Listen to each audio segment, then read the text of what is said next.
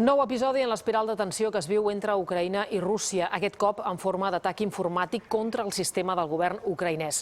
S'està investigant la procedència dels hackers, però Kíev i també les institucions europees assenyalen Moscou. Els tambors de guerra no sonen només a la frontera entre Rússia i Ucraïna, també a la xarxa. Aquesta nit, la majoria de webs del govern ucraïnès han patit un ciberatac massiu i algunes encara són inaccessibles. Kíev s'ha afanyat a afirmar que les dades personals dels ciutadans estan segures, contradint el missatge intimidador dels pirates informàtics directament a la població. Tingueu por i espereu el pitjor. Això és pel vostre passat, present i futur, deien. A falta de proves sobre qui hi ha al darrere, Kíev recorda que ja han patit anteriorment ciberatacs russos, que Moscou sempre ha negat. Els ministres d'Exteriors europeus han ofert tots els recursos previstos per ajudar Ucraïna contra els sabotatges i n'assenyalen el responsable. On est en train de chercher.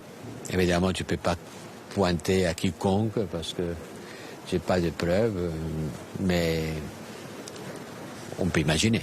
Imaginable, sobretot, després d'una setmana nefasta per a Rússia pel que fa a la gran diplomàcia. Les 3 reunions entre Moscou i Occident no han suposat cap avenç per rebaixar la tensió amb Ucraïna.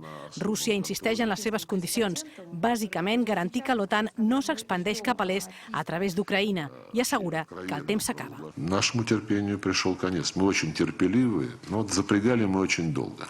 И сейчас уже пора нам ехать. Moscou exigeix que les negociacions amb Europa comptin amb el suport dels Estats Units i segueix forçant el diàleg amb moviments militars a la frontera amb Ucraïna, on ja té 100.000 soldats i amb simulacres televisats que recorden la invasió del 2014. No li van gaire bé les coses a Boris Johnson l'endemà d'haver demanat disculpes públiques per una festa a Downing Street.